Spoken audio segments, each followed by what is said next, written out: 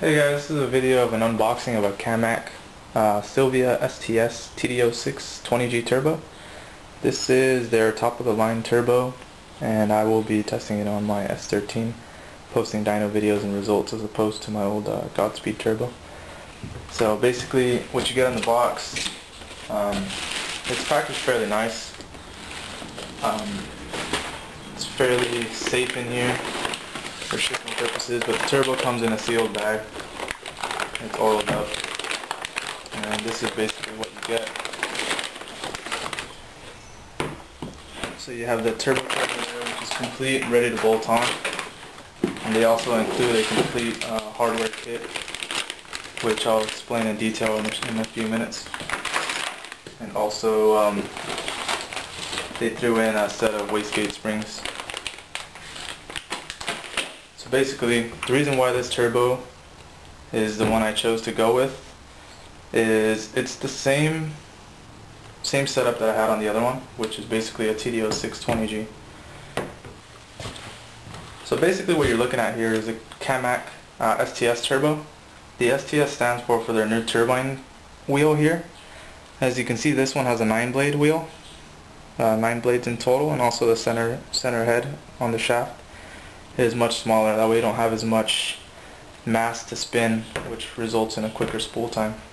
And same thing for this compressor wheel here. It's machined out of 7000 series billet aluminum, and it has extended tips, which will basically give you more airflow, lighter mass, same thing, quicker spool. And their wastegate here is forged billet aluminum with interchangeable springs. Instead of the older style wastegates where you adjust through this rod here, it's basically reducing travel the more you adjust it to gain more boost.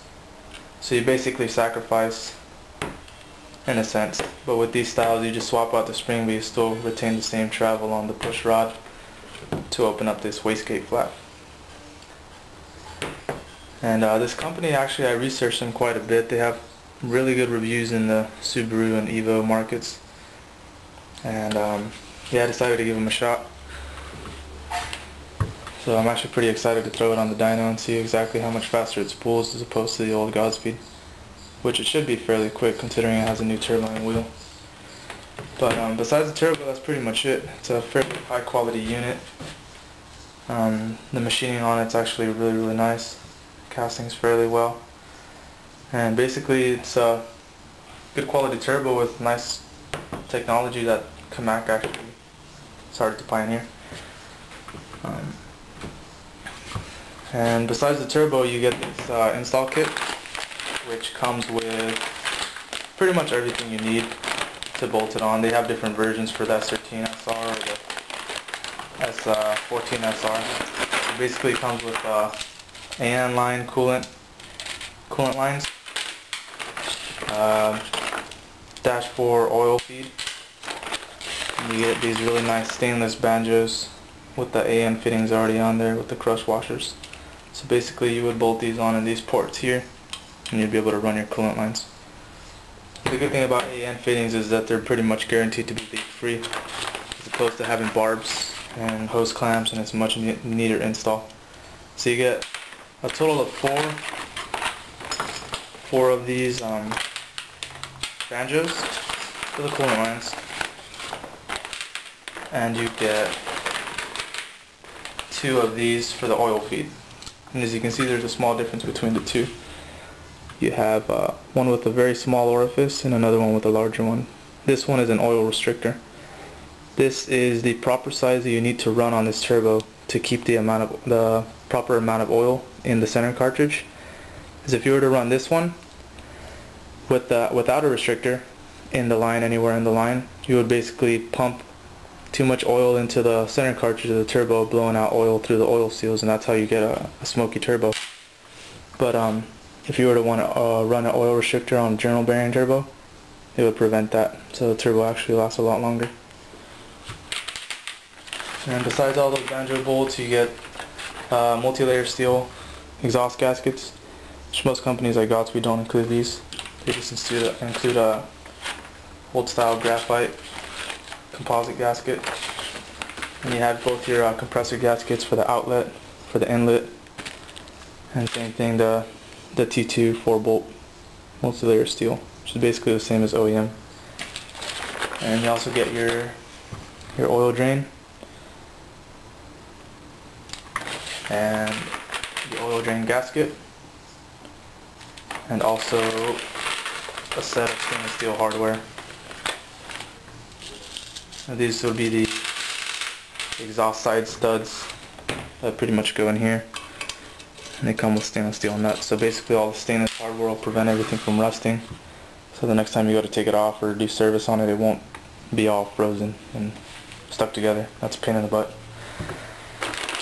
And then also they were nice enough to include this set of wastegate springs,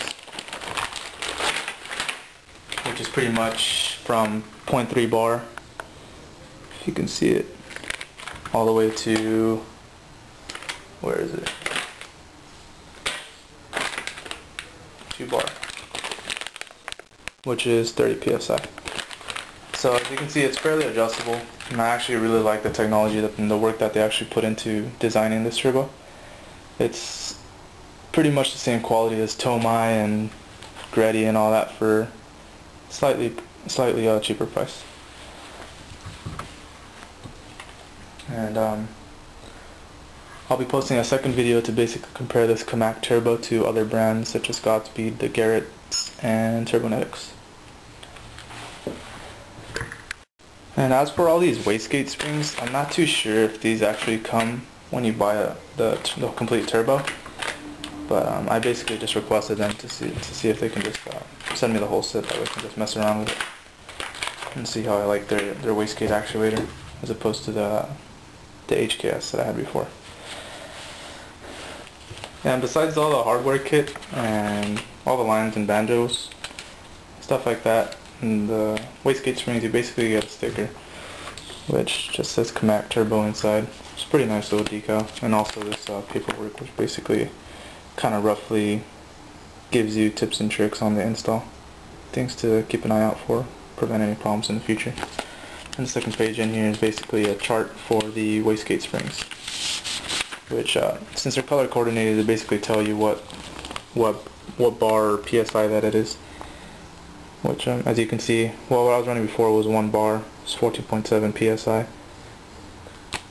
Hopefully I'll be trying it all the way up to their 2 bar, which is 30 pounds.